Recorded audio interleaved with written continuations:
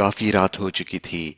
आज भी बच्चों का एक डरावनी कहानी सुनने का मूड हो रहा था। टूटू के कहने पर दादा जान ने एक हॉरर स्टोरी सुनाई। उन्होंने बताया कि एक बच्चा था जिसका नाम अर्जुन था। वो अपने माँ बाप का अकलौता बच्चा था। वो लोग एक नए घर में शिफ्ट हुए थे। घर तो नया था, बहुत अच्छा था और अर्जुन का अपना कमरा था। मगर अर्जुन उस कमरे में डरता रहता था क्योंकि उसको उस कमरे में आवाज़ें आती रहती थी। इस घर में अर्जुन के अलावा कोई और बच्चा नहीं था। उसके अम्मी अब्बू बराबर वाले कमरे में थे। वो दोनों सोने के लिए लेट गए थे। अब्बू ने अम्मी से पूछा, क्या हुआ? अर्जुन सो गया था या आज भी तंग कर रहा था? अम्मी ने कहा, तंग कर रहा था, कह रहा था पूरे कमरे को चेक करें, उसे लगता है कि कमरे में कोई है जो उसे आवाज़ें देता है, किसी बच्चे की आवाज़ आती है उसे। अब्बू ने बोला, अम्मी लो सुनो, अम्मी अर्जुन आवाज़ें दे अब्बू रहा है, जाके अब्बू। चेक करो, अब क्या मसला हो गया है उसको। अम्मी ने बोला, मैं नहीं जा रही, अभी तो चेक करके आई थी, कमरे में कोई नहीं है, बिला वजह तंग करता है, वैसे भी मैं थक गई हूँ, आप आपकी बारी है, आप चेक करके आएँ, मैं सो रही अम्मी हूँ। अम्मी अब्बू अर्जुन आवाज़ें अब्बू। दे रहा था, अम्मी, अब्बू, जल्दी आएं, जल्दी, कोई है कमरे में। अर्जुन के अब्बू उसकी वजह से बहुत परेशान थे। वो रोज़ रात में तंग करता था, आवाज़ें देता था कि उसके कमरे में कोई है, जबकि कोई भी नहीं होता था। अब्बू को लग रहा था कि कोई तो मसला है, कि बिला वजह ऐसे नहीं कर सकता। मगर फिर वो जो कमरे में गए, उन्होंने बोला, क्या हुआ बेटे, क्यों चीख रहे हो? रोज़ रात में आपको क्या हो जाता है? क्यों शोर मचाने लगते हैं आप? बताइए। बोला, पापा, पापा, कोई है बिस्तर के नीचे, फ़ौरन देखिए, अभी का अभी मुझे आवाज़ दे रहा है वो।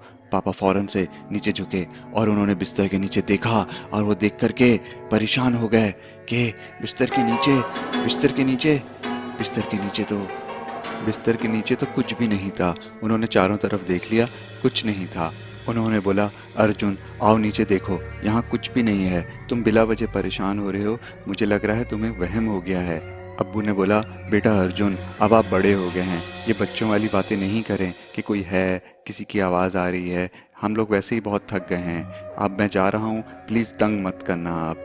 अर्जुन खुद बहुत परेशान था, उसको समझ नहीं आ रहा था उसके साथ क्या हो रहा है। अर्जुन ने बोला, हो सकता है मुझे वहम हो रहा हो, कोई ऐसी बात नहीं, मैं सो जाता हूँ। दूसरे रोज़ रात में अब्बू अर्जुन को सुलाने के लिए आए। उन्होंने सुलाने से पहले अर्जुन को समझाया कि देखो बेटा, तुम अकेले सोते हो, इस कमरे में कोई भी नहीं है, तुम्हारे सामने मैंने पूरा कमरा चेक कर लिया। अर्जुन बोला, नहीं पापा, मैं सच बोलता हूँ, कोई है जो मुझे आवाज़ें देता है, मैं बिला वजह आप लोगों को आवाज़ें नहीं देता। अब्बू ने अर्जुन को कमरे में बिस्तर पे लिटाया और फिर अपने कमरे में आ गए। अम्मी ने अब्बू को बोला, आज भी तंग कर रहा होगा ना अर्जुन, मुझे पता है, मुझे लगता है कि वो हमारे साथ सोना चाहता है इस कमरे में, इसलिए वो इस तरह के बहाने बना रहा है। अब्बू बोले, मुझे नहीं लगता, मुझे लगता है कुछ तो गड़बड़ है, अच्छा मैं सो रहा हूँ, इससे पहले कि वो फिर से चीखना शुरू हो जाए। और अब्बू सो गए।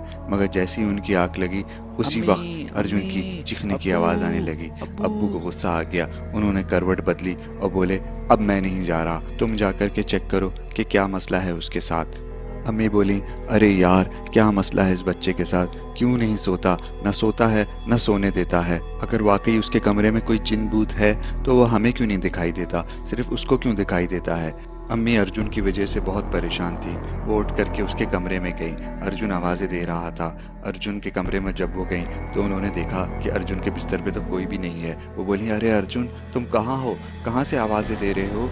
अर्जुन बोला, मम्मी, मैं बिस्तर के नीचे हूँ। मम्मी बोली, तुम बिस्तर के नीचे क्या कर रहे हो? अर्जुन बोला, अम्मी, अम्मी, बिस्तर के ऊपर कोई है, देखिए, देखिए, कोई लेटा हुआ है, मेरे साथ लेट गया था कोई। मम्मी बोली, अरे कोई भी नहीं है, तुम आके बाहर तो देखो, क्या हो गया तुम्हें, पूरा बिस्तर खाली पड़ा हुआ है, तुम्हें वहम हो रहा है, निकलो बेटा, बाहर आओ, मैं हाथ जोड़ती हूँ तुम्हारे, आओ बेटा बाहर निकलो, क्या हो गया तुम्हें? अर्जुन ने बोला, नहीं मम्मी, कोई है, आप सही से चेक करें। अम्मी बोली, नहीं बेटा, तुम आओ तो बाहर आके खुद से देखो। फिर उन्होंने अर्जुन को बिस्तर के ऊपर लिटाया और बोला, देखो बेटा, हम तुम्हारी वजह से बहुत परेशान हो गए हैं। अर्जुन बोला, अम्मी मैं झूठ नहीं बोलता, कोई था तो मैंने आवाज़ दी ना, आप मेरी बात का यकीन क्यों नहीं करती? अम्मी उसको सुला करके कमरे से बाहर चली गई। अभी वो थोड़ी ही दूर गई थी कि अम्मी पीछे से वापस अर्जुन आओ। फिर से आवाज़ देने लगा, कहने लगा, अम्मी, अम्मी वापस आए, फ़ौरन के फ़ौरन, वो बुला रहा है आपको, उसकी आवाज़ आ रही है। अम्मी बोली, क्या हो गया है बेटा, क्या हो गया है, क्यों बिला वजह खुद भी परेशान हो रहे हो, मुझे भी कर कर रहे हो? कौन आ गया है? कौन बुला रहा है? अम्मी उसके कमरे में आई और उसको बोली, अभी तो देख के गई हूँ, कहीं कोई नहीं है। तुमको क्या हो गया है? क्या परेशानी है?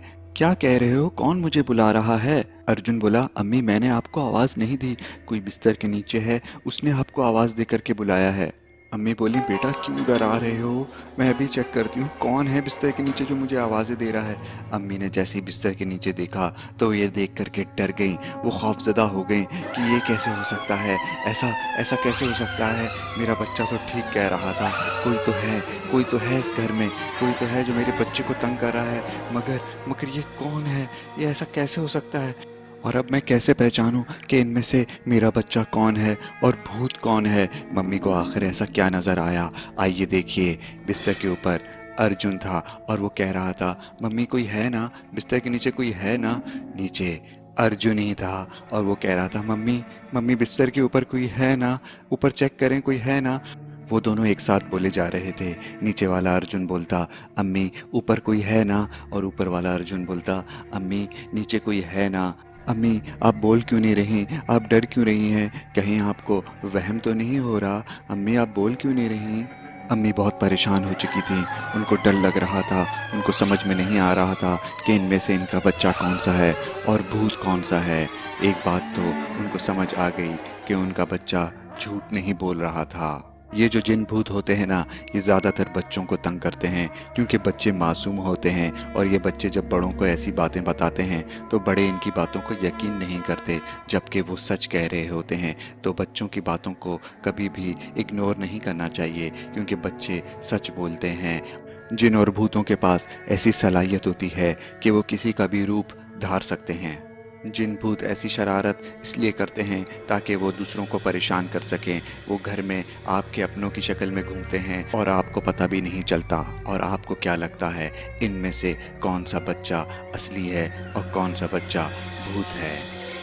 अम्मी तो सकते में आ गई थीं, इनसे तो कुछ बोला भी नहीं जा रहा था।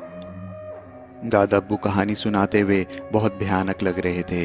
उन्होंने कहा, कैसी लगी कहानी? ये एक सच्ची कहानी थी। टूटू बोला, दादा अब्बू आपने तो डरा दिया इतनी डरावनी कहानी सुना करके। दादा अब्बू मजाक में बोले, कौन दादा?